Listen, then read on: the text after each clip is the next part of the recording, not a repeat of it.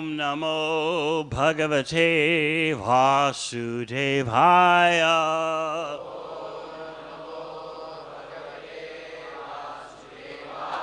Om Namo Bhagavate Vasudevaya.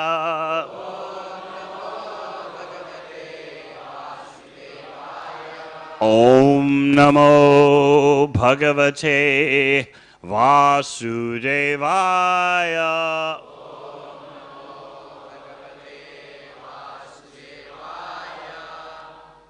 Srimad Bhagavatam, 10th Canto, Chapter 63, Text 30 through 34.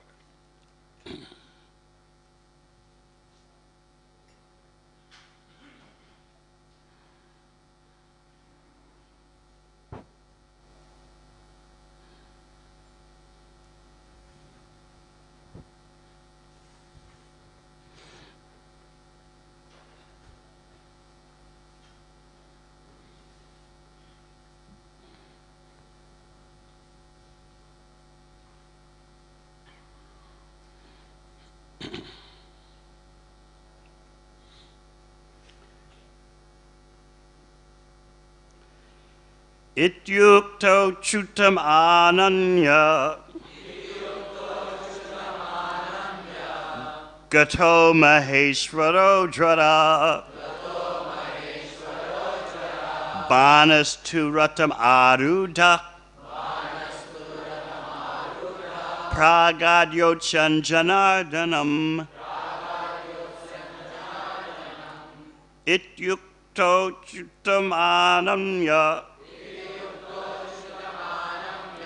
gato maheshwaro drada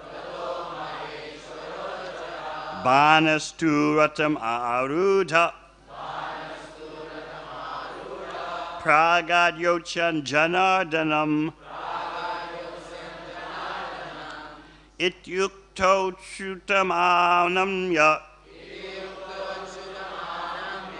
gato maheshwaro drada banastu ratam arudha pragadyocham janardanam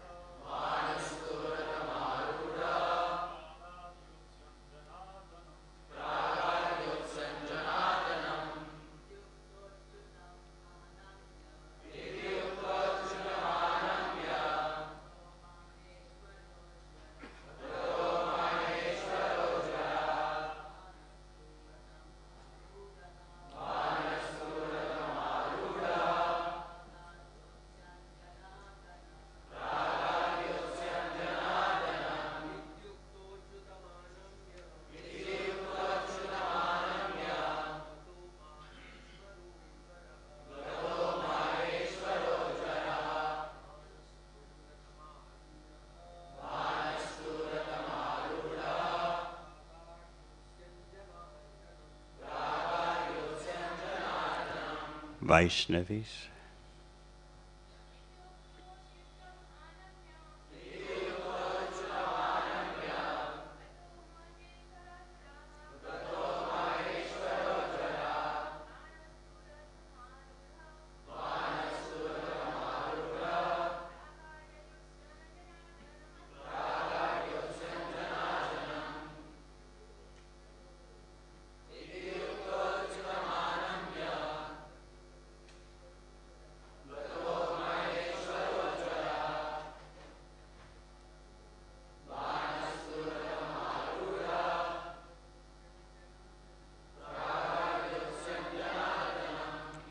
Iti, thus, ukta, addressed, achutam, to Krishna, the infallible Supreme Lord. Anamya, bowing down. Gata, went. Maheshwara, of Lord Shiva. Dwara, the fever weapon. Bana, Banasura. 2, but. Ratam, his chariot. Arudha, riding. Pragat, came forward. Yotyan, intending to fight. Janardanam, Lord Krishna. Translation. Thus addressed, the Maheshwara Dwara bowed down to the infallible Lord and went away. But Banasura then appeared, riding forth on his chariot to fight Lord Krishna. Carrying numerous weapons in his 1,000 hands, O king, the terribly infuriated demon shot many arrows at Lord Krishna, the carrier of the disc weapon. As Bana continued hurling weapons at him, the Supreme Lord began using his razor-sharp chakra to cut off Banasura's arms as if they were tree branches. Lord Shiva felt compassion for his devotee, Banasura, whose arms were being cut off, and thus he approached Lord Chakrayudha, Krishna, and spoke to him as follows. Sri Rudra said, "You alone are the absolute truth, the supreme light, the mystery hidden within the verbal manifestation of the absolute. Those whose hearts are spotless can see you, for you are uncontaminated like the sky." Purport. The absolute truth is the source of all light and is therefore the supreme light, self-luminous. This absolute truth is explained confidentially in the Vedas and is therefore difficult for an ordinary reader to understand. The following statements quoted by Srila Jiva Goswami from the Gopinath Upanishad show how the Vedic sounds occasionally reveal the absolute. Te hotu upasname tasya paratmano govindasya kila dharino bruhi. They, the 4 Kumaras, said to Brahma, "Please tell us how to worship Govinda, the Supreme Soul, and the foundation of all that exists." Chaitanas Chaitananam. He is the chief of all living beings. And Tang Hadevam Atmavritti Prakasham. One realizes that Supreme Godhead by first realizing one's own self. The great Acharya Jiva Goswami also quotes a verse from the Srimad Bhagavatam, 1st Canto, chapter 10:48. Gudam Param Brahma Manusha Lingam, which refers to the Supreme Absolute Truth concealed in a human-like form. Since the Lord is pure, why do some people perceive Krishna's form and activities as impure? Acharya Jiva explains that those whose own hearts are impure cannot understand the pure Lord. Srila Vishwanath Chakravarti further quotes the Lord's own instruction to Arjuna in Sri Hari Vamsa. Tat param paramam brahma sarvam vibhajate jagat mamaiva tad ganam tejo gyatam arhasi bharata. Superior to that total material nature is the Supreme Brahman, from which this entire creation expands. O descendant of Bharata, you should know that the Supreme Brahman consists of my concentrated effulgence.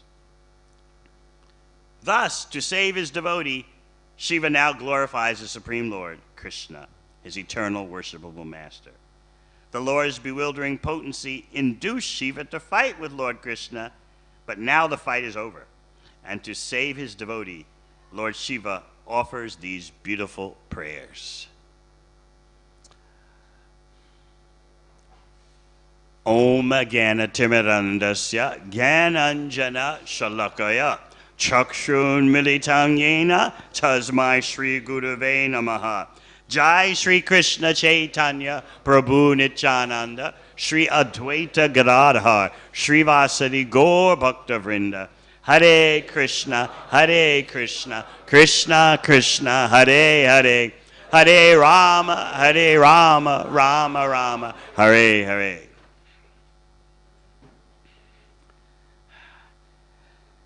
This is an extraordinarily inconceivable pastime of destruction, anger, and what seems to be lust. Let's begin by looking at Banasura. He is the oldest son of Bali Maharaj. Of Bali Maharaj's 100 sons, there's Banasura, the eldest. Yet, some or other, he did not manifest his father's bhakti. Although the Shastra describes that Banasura, in terms of behavior, even though he was a demon, was respectable and tidy in his dealings with others. Yet, by bad association, Banasura developed an aversion to the Supreme Personality of Godhead. That aversion to the Supreme Personality of Godhead is the natural result of material association. You may recall from the 7th canto of Bhagavatam that Prahlad expresses to Lord Nrsingadev that he is afraid of material existence. Then later he says he's not afraid of material existence. So what is Prahlad Maharaj meaning? First he says he's afraid of material existence because he's referring to the inevitable degradation of one's consciousness into offenses against the Supreme Personality of Godhead. Prahlad is not saying he's afraid of the miseries of material life per se. No, there's no question of that. As he says later, he's always absorbed in the Mahamrita, the great ocean of hearing and chanting about Krishna. So what is it that actually Prahlad's afraid of if it's not the setbacks, the debacles, the catastrophes of material life? What is he afraid of? He says he's afraid of the inevitable materialistic association that produces an attitude of aversion and rebellion.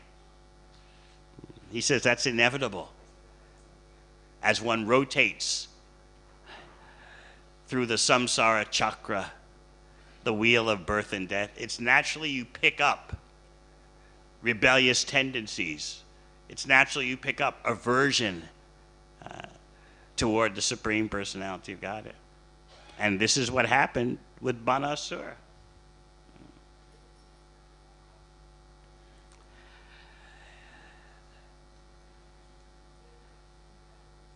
He happened to please Lord Shiva. While Lord Shiva was absorbed in meditation on the Supreme Personality of Godhead, Banasura, with his 1,000 arms, he was playing musical instruments as Lord Shiva danced his Tandava Nritya, his very special Lord Shiva dance. But that dance that Lord Shiva was doing involved his complete absorption on the Supreme Personality of Godhead.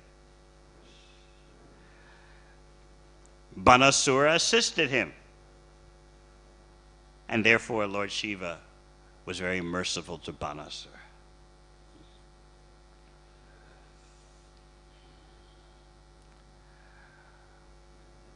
Banasura had a problem. I've got 1,000 arms. What do I do with them? He describes that having all these arms produced such a terrible itch to do something with them. This is the classic dilemma of the sense gratifier. It's not that the senses are your friends who will let you be peaceful. That can only happen when the senses are engaged in devotional service. But ordinarily, the senses literally drive you crazy. Of course, most persons today under the influence of the material energy don't want to admit that they're being driven crazy by their senses. Banasura was very honest to his master, Lord Shiva. I've got this itch. I don't know what to do with my arms. Sometimes I look for the elephants of the universe that guard all the directions, but even those elephants run away from me. I run at mountains and smash them with my arms, pulverize mountains, but still it's not enough. I think, Banasura implied very strongly, I think you, Lord Shiva, are the only one who can satisfy me in combat. He expressed it in a tactful way, because after all, you're my worshipful Lord. I shouldn't be indirectly challenging you to a battle. But you know, I've got these arms, you see. I've got this itch. Things happen. Lord Shiva expressed dissatisfaction and told Banasura, one day you'll meet your match. You will fight someone who will devastate you. What was Banasura's reaction? Ki jai. Why was he rejoicing? Because in no way did he take Lord Shiva's words to mean that he could be defeated. He thought he was indefeatable. But he just focused on the prediction that there'll be such a good fight coming. And of course I'll win.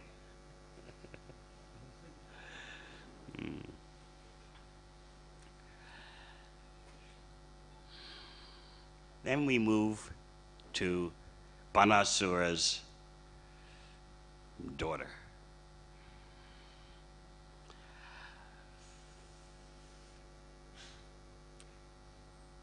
The Shastra describes that some or other she had seen Parvati and Shiva relating toward one another as husband and wife. And Usha began to think to herself, oh, if I could also have an experience like that. So Parvati was very merciful to her and told her, on such and such a day, you'll have a dream of someone, and that person is your husband. And indeed, it happened like that. As you know, Usha cried out in the middle of the night, and her girlfriends all became alerted in the ladies' quarters. What's going on? And her special girlfriend, Chitraleka, asked her, can I help you find this person? The acharyas point out that this searching of the person by Chitraleka and the recognition by Usha is a very rare happening. The ability to search and the ability to recognize based on Chitraleka's search is very, very rare in this world. Indeed, practically never happens. So, in other words, we're in the midst of a very inconceivable event. You know how Chitraleka brought back from Dwarka Aniruddha. And they were relating amorously in the ladies' quarters of the palace. The eunuchs guarding the ladies' quarters became very suspicious because they saw such joy. That was the prominent thing they saw. You may wonder why or how, well, specifically how did the eunuch guards of the ladies' quarters, the unmarried ladies' quarters, how did they get on to Usha? The main symptom they saw was her joyfulness, and that caused them to put 1 + 1 together. Why is a young girl so joyful?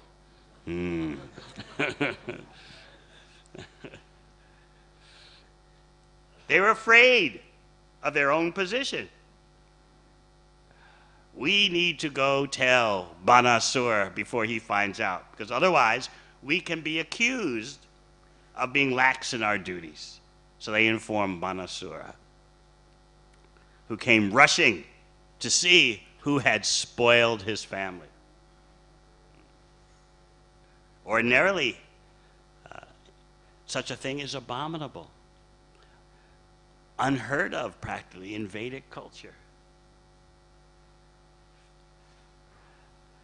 Last night, there was a drama about the East and the West. Some exaggerations there about America and India. So, one thing is true though. Generally speaking, if such a situation was discovered in the West, what is the problem? What is the difficulty? In fact, I know in many families in New Zealand and Australia, especially New Zealand, wealthy families, prosperous families, educated families, if the parents find out the 13 or 14, 15-year-old daughter has some boyfriend, they say, bring him home, live with him at home.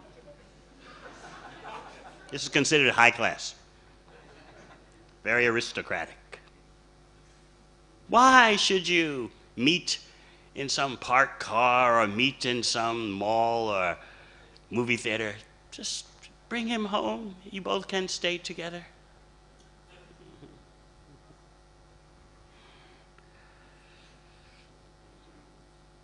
I was speaking to a group of devotees in Australia, and I was explaining this point.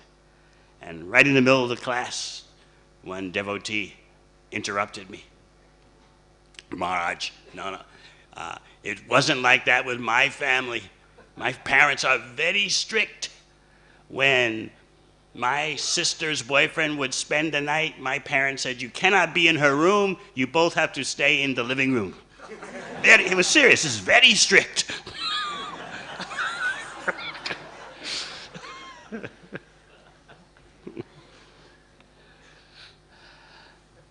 Of course, we know such dealings are very abominable and very detrimental for the progress of the individual in society. Banasura is a demon. He's anti-Krishna. Yet he recognizes, what is this? My daughter has been polluted. This is a disgrace to the entire family. So he immediately rushed there,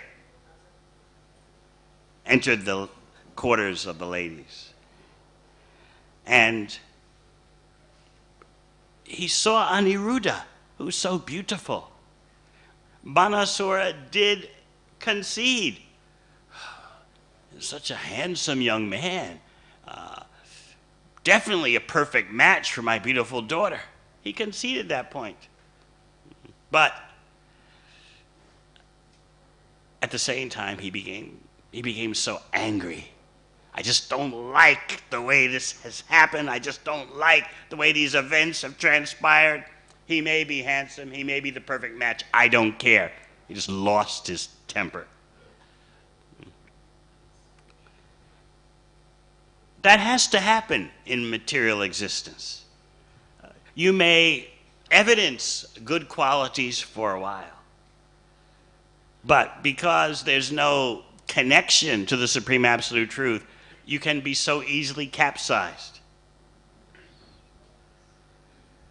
Sometimes our devotees wonder, what is this verse? Yasyasti bhaktir bhagavati akinchana sarvaya gunais taktra samasate. That if you are surrendered to the material energy, you can't have any good qualities.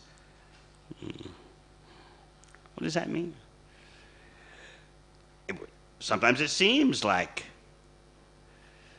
those who are not serving Krishna's spiritual energy seem to be courteous, seem to be well-mannered, even seem to be charitable and caring. But what that verse is telling you is that such qualities cannot hold up. They can't survive the blows of the illusory energy. They can't survive the temptations, the pushings of the illusory energy. It's just a matter of time, or even a matter of lifetimes before it's obvious that by material strength alone you cannot resist the illusory energy dragging you down.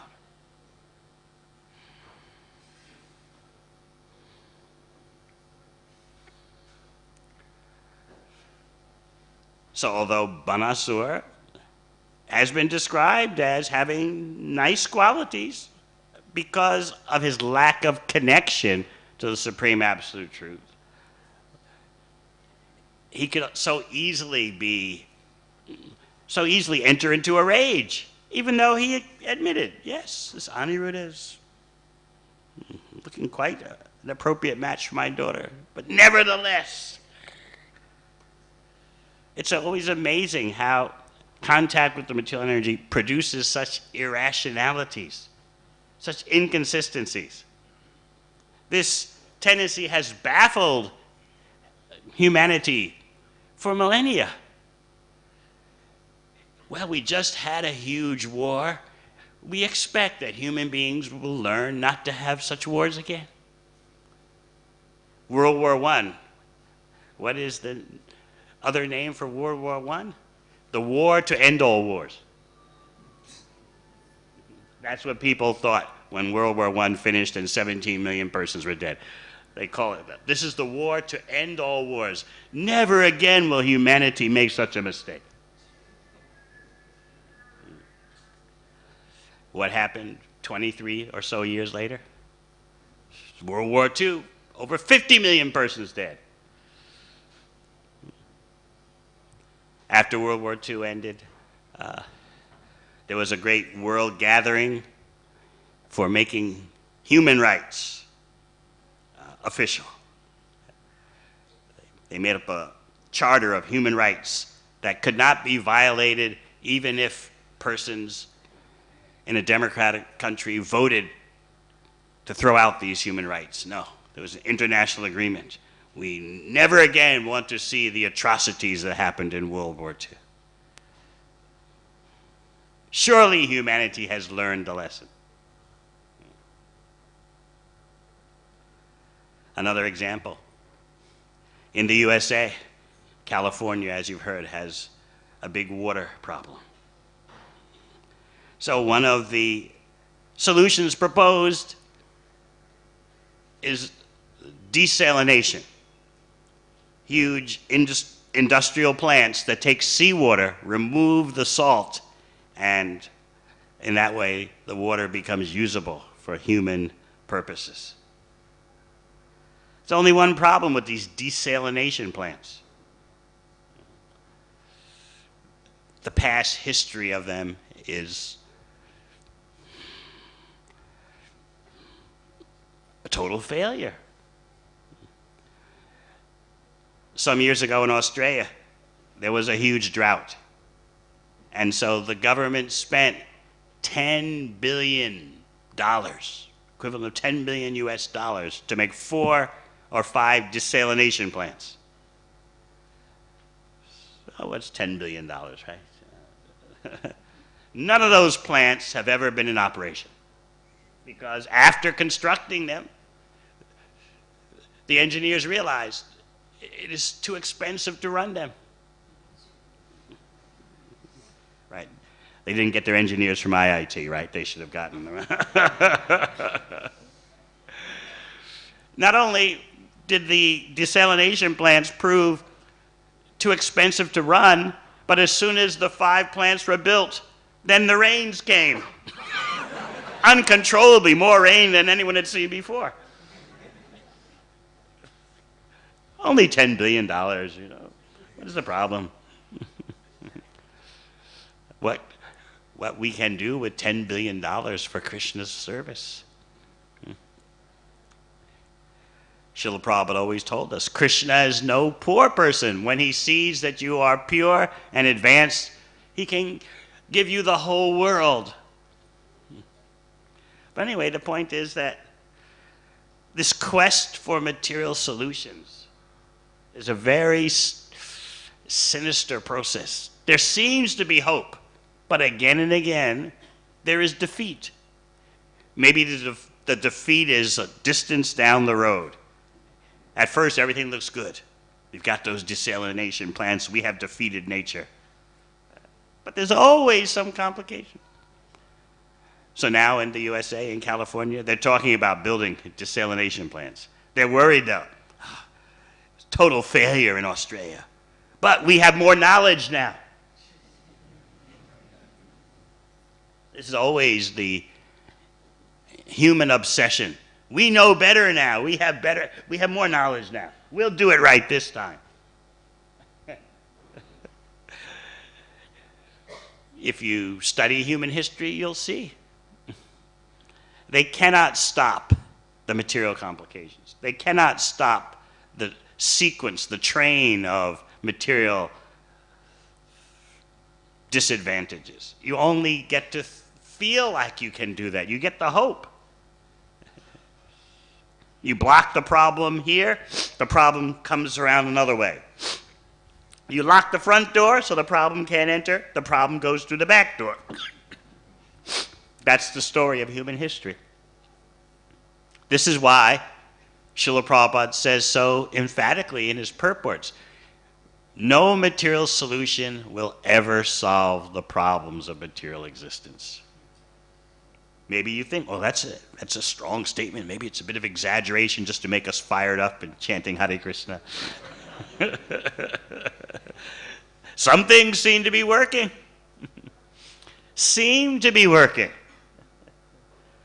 But real solutions mean to deal with the root cause of material existence. That's the only solution that is practical. Prahlad Maharaj was not speaking poetry merely when he said that the so-called remedies are worse than the problem the remedies were meant to solve. You can think, oh, Prahlad, he's 5 years old and he's really absorbed in Smadhanam. He's so focused in samadhi on the Supreme Personality of Godhead that he says things like that. But we don't take them directly. We don't take them with critical intelligence. Because we are human beings. We are educated. We'll solve the problems. Yes, we should try to minimize the impact of human destructiveness. We should try to make it so that there can be some reducing in the miseries human beings cause for themselves and their own society. At the same time, we know that the real solution means to get to the root of material existence and deal with that root. In this way, bhakti is hard for many people to understand. Often they want to know, are you this worldly or are you otherworldly? Are you dealing with this world or are you simply focused on the hereafter? They're always sizing you up in that way. What are you doing about the real world? Your prayers are nice. Your songs are nice. Your food is very nice. But what are you doing about the real world? Then you tremble. You may get intimidated.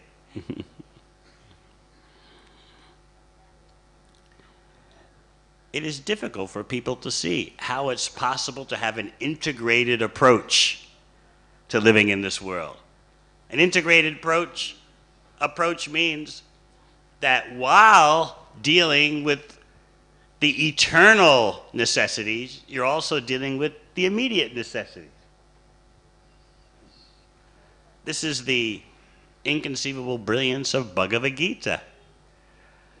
Simultaneously, as when Krishna tells Arjuna, Mamana bhava mad bhakto madhyaji mam namaskuru, always think of me, become my devotee, surely you'll come to me.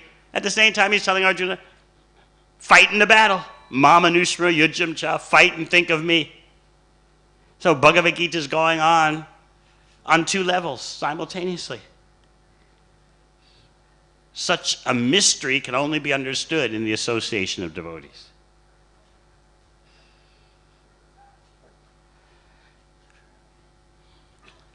All right, back to Banasura. He notices that Aniruddha is not afraid in the slightest. Aniruddha doesn't even move to run away. He doesn't even show any symptom that he's changing he's changing the scene. He's just there with Usha, and they're relaxing. Oh, who is this person coming? So Banasura was astonished how much composure Aniruddha had. Of course, who is Aniruddha? He's the fourth member of the Chaturvyuha. He's the super soul of all jivas. From him expands the Lord of Svetadvip. Don't ask me any more technical details about Chaturvyuha, please. So, he's no ordinary entity. So then you ask, why is it that eventually Aniruddha seemed to have been conquered? He dispatched all of Banasura's soldiers. He took a bar made of special iron. It wasn't ordinary iron. And he just finished off so many of Banasura's soldiers that Banasura sent to arrest Aniruddha. And finally, Banasura used a special weapon from Lord Shiva to arrest Aniruddha. How do you arrest a member of the Chaturvyuha? The Acharyas explain, Krishna allowed all this to happen because Krishna wanted to enjoy fighting with Banasura.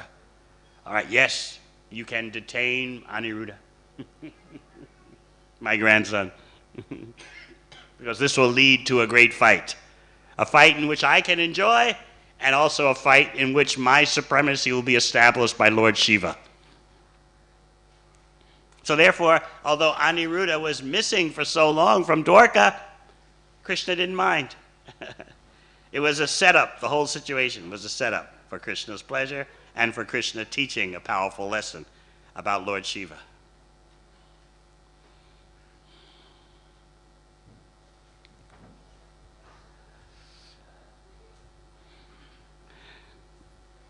Inevitably, the time came for the battle. As Krishna, Balaram, so many of the Vrishni dynasty went to this city of Banasura.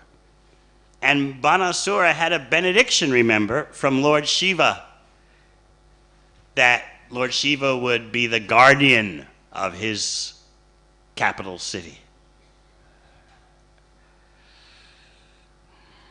This is why Lord Shiva played such an important role in the impending battle. Banasura was his devotee. He was compassionate to Banasura, even though he was angry at Banasura's inability to control his senses, and even implying to Lord Shiva, look, it seems like the only thing I can do with these 1,000 arms is to fight with you. I don't know anyone else who's suitable.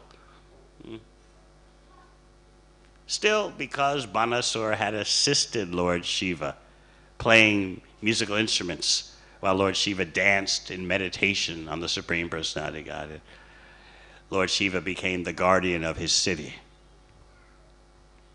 So you know about the huge battle that happened. Again, Banasura's anger gets the best of him, just as it did when he first saw Aniruddha with his daughter. Now his anger knew no limits as he watched Krishna destroy his whole army. You might say there's no point in Banasura being humble about it. He's a Kshatriya. But the devastation was so thorough that you'd think he would add 1 + 1 = 2, that I should surrender to this Krishna. Of course, the whole battle is giving Krishna pleasure. Then there was the confrontation between the Shiva Dwar and the Vishnu Dwar.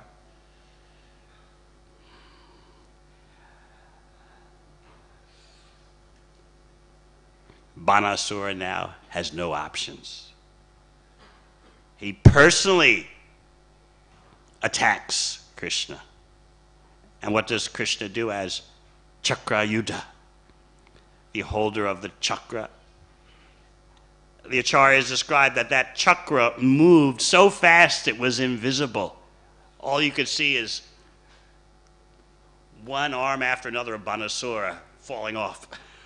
The chakra was practically invisible. It was moving so fast. Finally, Banasura was left with 4 arms. At that point, Lord Shiva intervened. Because of Lord Shiva's intervention, Krishna stopped. All right, leave him with 4 arms.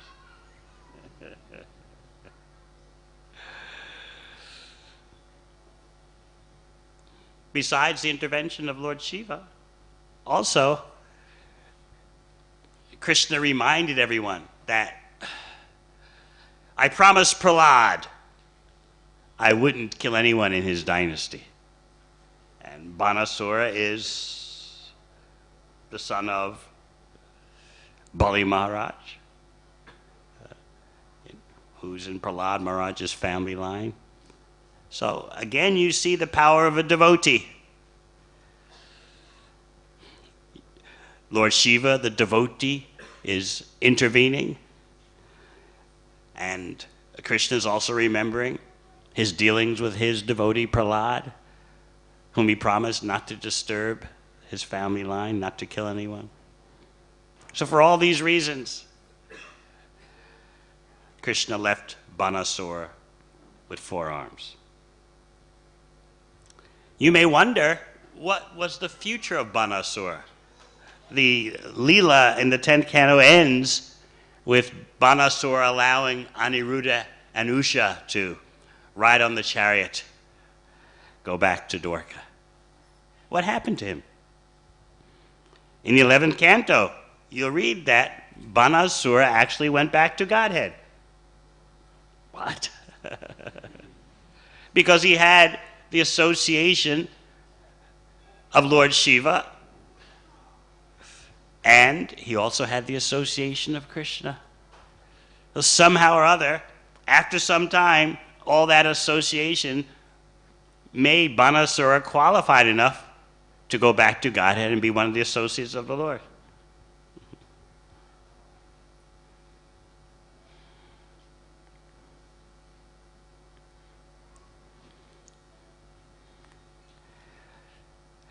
Such happenings make you wonder. And then when you consider the mercy of Krishna as Sri Chaitanya Mahaprabhu, you wonder even more. Last week, I received news from one devotee about how her grandmother left the world. Not Indian family, totally no religion whatsoever, no thought of religion, just totally secular. Well-off family, but no trace of Dharma in the slightest. And the grandmother was about to leave the world. And then the father of this devotee, who likes devotees, but again, no spiritual practices whatsoever, not even vegetarian. In the last moment, because the grandmother was leaving her body at home with the family, at the last moment, as she's taking her last breath and about to leave, the father, who's a total non-devotee, chants the Mahamantra in her ear. This makes you wonder what's going on here. We cannot say, of course, how much she heard, but still, just think of the inconceivably rare occurrence of someone leaving this world as someone chants the Mahamantra in their ear. Whether a devotee or not, just the occurrence itself is so special. And indeed so special when the person involved is a total non-devotee all the life. 90 years of non-devotee activities. And the father, he has some appreciation because his daughter is a devotee, but he's not even vegetarian yet. Here his mother is departing, and as she departs, he's speaking the Mahamantra into her ear.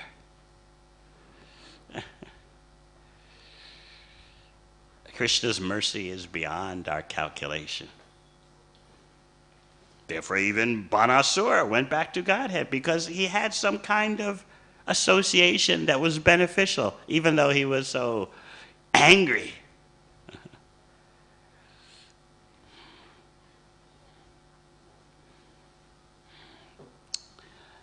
This whole Leela makes us think that somehow or other we have to get the association of devotees. That is the crowning success of our life. If Banasura could benefit the way he was behaving, certainly we can benefit by constant favorable association with devotees.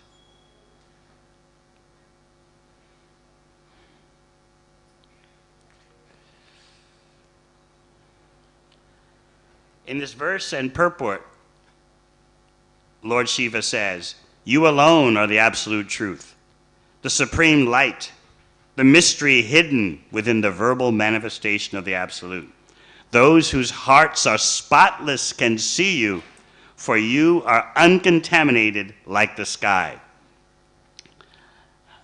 Let us think about this point. Those whose hearts are spotless can see you. That point is a major difference between Eastern and Western knowledge, or more particularly Vedic knowledge and Western speculation.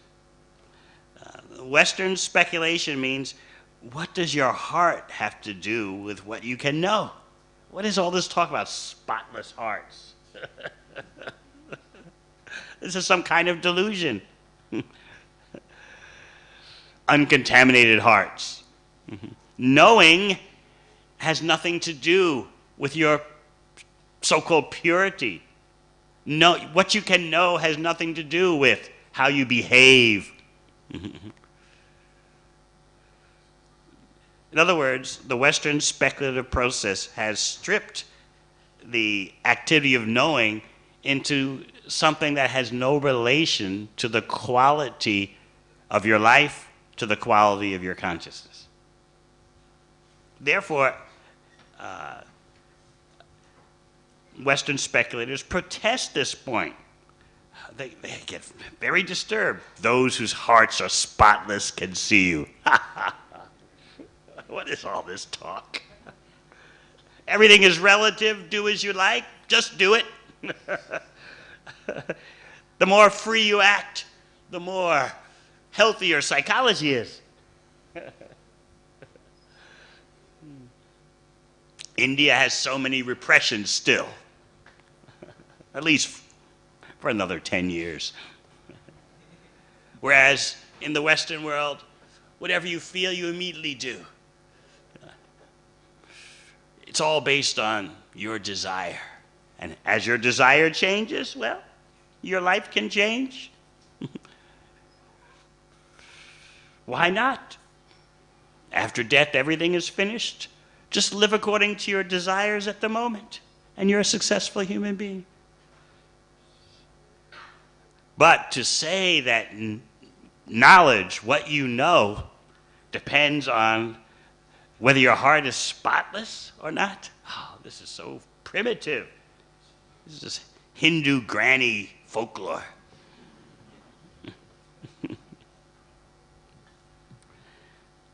They fail to understand that knowledge is state-specific. That is the Vedic stance. According to your state of consciousness, that determines what you can understand. Therefore, someone who has purified consciousness will know things that someone who doesn't can't. This thought is, try to understand, this concept is so intimidating to the Western mentality. What do you mean just because my consciousness is not pure that I can't understand Bhagavad Gita?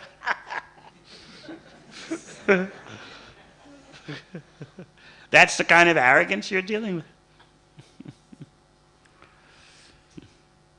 They think it's all about belief. Oh, what you're really saying is because I haven't adopted your belief system. Therefore, I cannot understand. But if I would simply believe, then I would be saved. So I think it's all about accepting some kind of religious precepts. And you repeat it. I believe this, I believe that. Okay, now I can understand. They don't accept that.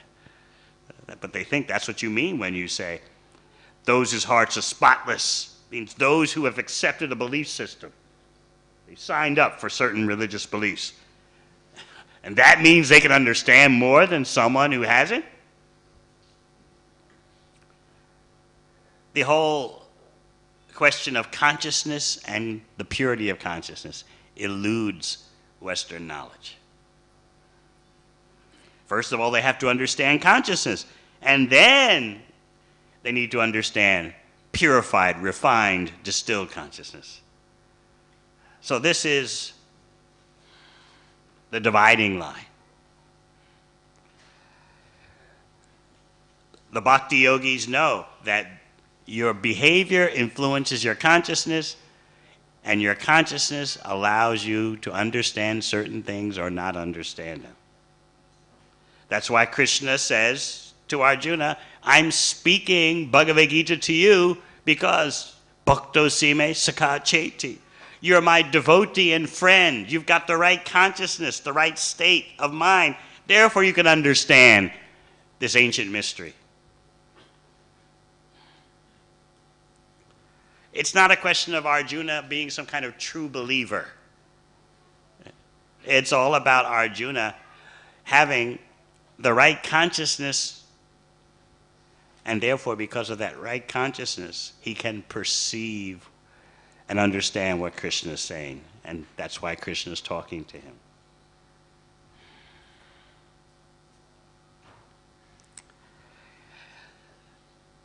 I was speaking in Chicago last month at a gathering of devotees, and I brought up a point that materialistic scientists often bring up, that you devotees and others like you talk about that there is a spirit soul and that there is a supreme soul. You talk like that. But such claims are so extraordinary because we don't see any spirit soul. We don't see any supreme soul. Don't you get it? So how can you make such an extraordinary claim then? You don't see it. Your scientific instruments don't reveal that. So why do you accept this? So then they say something that supposedly should make you shake in your seat. Extraordinary claims require extraordinary evidence. Oh, what am I going to say now? We don't see any spirit soul. We don't see any supreme soul. Yes, that's true. It's an extraordinary claim. Where's my evidence? In other words, they really boxed you up. You can't even present ordinary evidence. You have to present extraordinary evidence because your claim is so extraordinary. And now you tremble. Oh, no. You feel embarrassed. Maybe I'm just a religious true believer. But you can turn the tables. You say that consciousness comes from matter. You say that consciousness Consciousness comes from inanimate matter. Life comes from matter. This is an extraordinary claim. You have empowered matter with so many inconceivable potencies, Achincha Shakti. Please, for this extraordinary claim, present the extraordinary evidence. So this is why Krishna in Bhagavad Gita says, Dvaubhuta Saga Lokesmin Daiva Asrevacha. They're just two classes of person. Each one says, you're making extraordinary claims. We're not going to agree. You say that if someone points out there is a spirit soul, there is a supreme soul, that's extraordinary. And we say, you point out that everything comes from matter, you have such faith in matter, you're investing matter with so many inconceivable shaktis. Well, that's an extraordinary claim. Where's your extraordinary evidence? In this way, the two will not meet.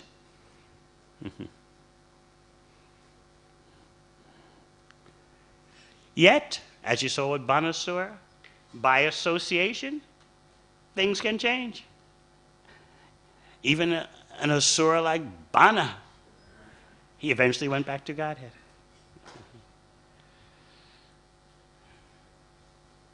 Meanwhile, amidst this whole adventure, Krishna has enjoyed. That's the bottom line. All right, any questions? Yes.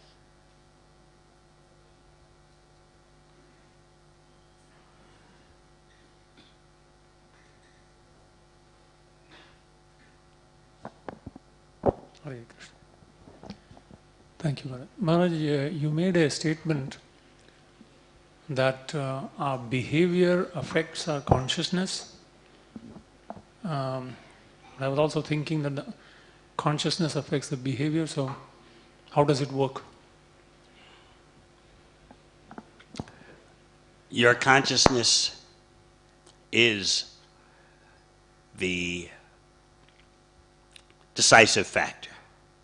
As you say, the consciousness affects the behavior affects the consciousness. So this is why we focus on a lifestyle for purifying the consciousness, enhancing the consciousness, and therefore we can understand more.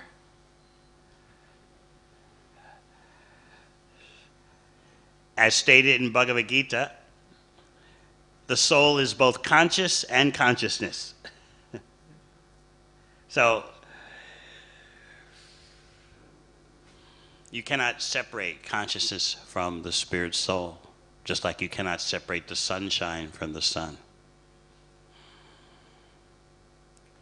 So yes, your activities influence your consciousness. If you act in such a way that you bring upon yourself negative influences, your consciousness will degrade. And similarly, wherever you go, you're taking your consciousness with you. You may clean up the environment, which is a nice thing, of course, we support that, but we know that unless you clean up your consciousness, you're going to make a mess again. So in this way, again, we're double-edged, and sometimes people become bewildered. Make up your mind. Do you want to worry about the environment, or do you want to worry about consciousness? One or the other. We do both. We see the correlation between the two. We see the correlation between consciousness and behavior and consciousness. We see the correlation between the environment and consciousness and the environment. By Krishna's mercy on us, we see the whole package, the integrated package. That vision is so rare. That is the special vision, the special scientific vision of a Krishna Bhakta. To see the whole package and how the various elements of that package interrelate. You cannot see the whole package unless you know the source and take your knowledge from the source. By taking knowledge from the source, from Krishna, we know how to deal with Krishna's energies, And we know how to live a balanced life because we're taking our knowledge from the source of all the energies. Therefore, we can know the skill of how to balance the energies. So devotees are not intimidated by the material energy because they recognize who the proprietor is. By recognizing the proprietor of the material energy and following the proprietor's instructions how to deal with that energy, you can successfully deal with the material energy, which baffles so many persons. Let's stop war, or let's stop the drought, or let's do this, let's do that.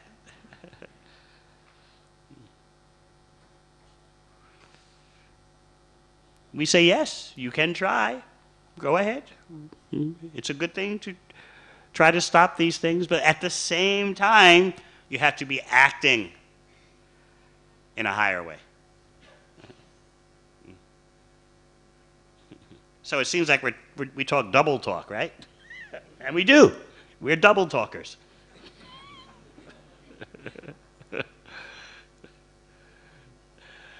I remember once Srila Prabhupada speaking double talk at New Vrindavan.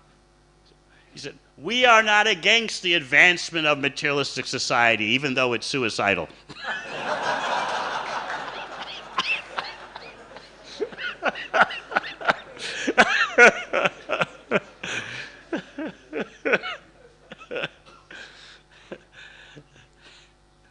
Any other questions? Yes. Hare Krishna. Maharaj, you were speaking about a Vaishnava is this worldly also and otherworldly also, and he balances this. So would you throw some more light on how to not go to the extremes, that I'm both, but then sometimes I tend to go otherworldly and then neglect the duties of this world, or sometimes I focus too much on duties of this world and neglect the otherworldly feature of devotion to God? Yes, that is why bhakti always requires guidance. Krishna makes this point so clear in Bhagavad Gita.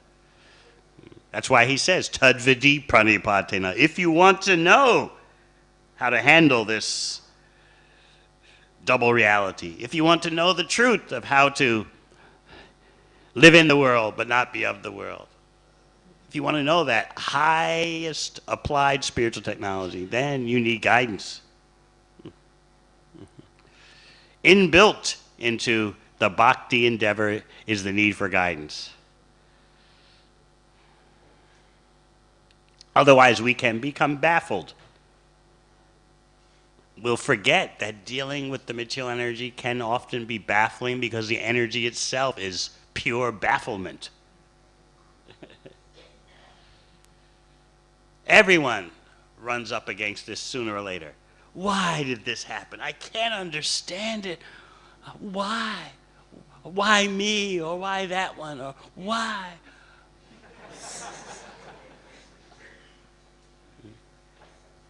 Even Yudhisthira, after the battle of Kurukshetra, why? Just to make me king. Look at all the havoc I've caused.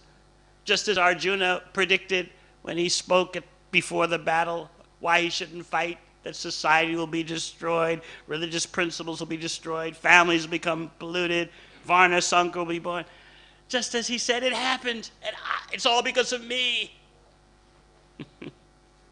By Krishna's arrangement, of course, Yudhisthira was baffled. So much so that even Krishna couldn't solve his bafflement. And as you know, of course, Krishna wanted Bhishma Dev to get the credit for solving Yudhisthira's bafflement so that Yudhisthira would take the throne and do his service. Part of humility means to understand that the material energy is puzzling and baffling, and that's the way it is. Some other we have this notion that the material world is just waiting there for us to understand. Real humility means to know that will never happen. There'll always be the baffling, bewildering effect of material nature. It's never going to change. It's a tiger that never changes its stripes. That's why Krishna says, Daivyesha gunamai mama maya dharatya. You can only handle the material energy if you take my instruction. That's the only way. Otherwise, you'll perpetually be baffled.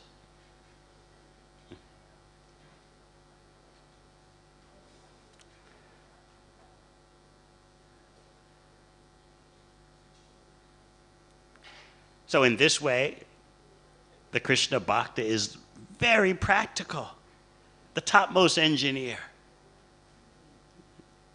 Someone who can deal with the double reality as a daily occurrence.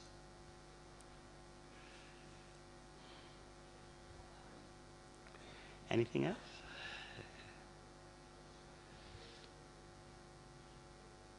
Yes.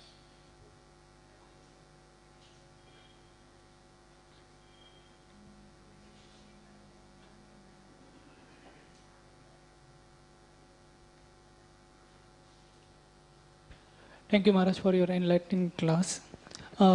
Just would like to know that it's very difficult to accept that Lord Shiva is choosing a pleasure-based decision over principle, like because Banasur pleased Lord Shiva, therefore he went against the principle to please Krishna.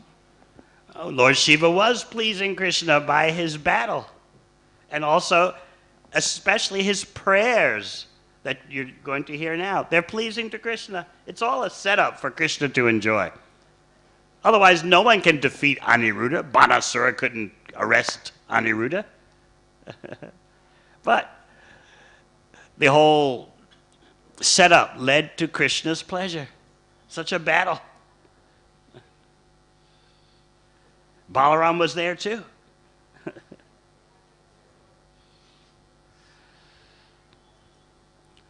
Lord Shiva played his part in the Leela and then spoke prayers acknowledging the supremacy of Krishna.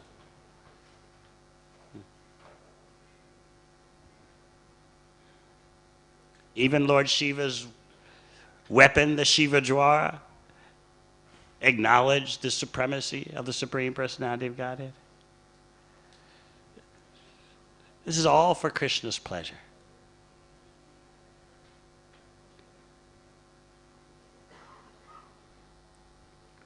And after all is said and done, Aniruddha, the fourth member of the Chaturvyuha, gets his girl.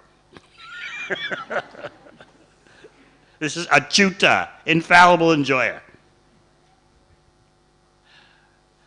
We should be envious, right?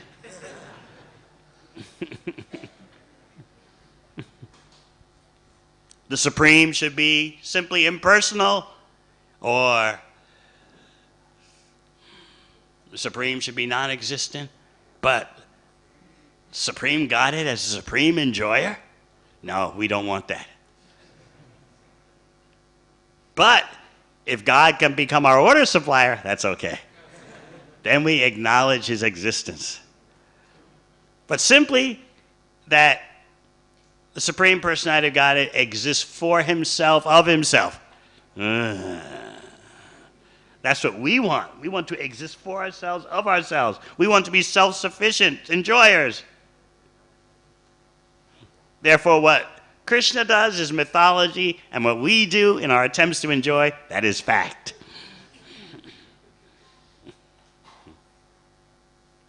So Lord Shiva gave pleasure to the Supreme Personality of Godhead by his prayers. You alone are the absolute truth, the supreme light, the mystery hidden within the verbal manifestation of the absolute. Those whose hearts are spotless can see you, for you are uncontaminated like the sky.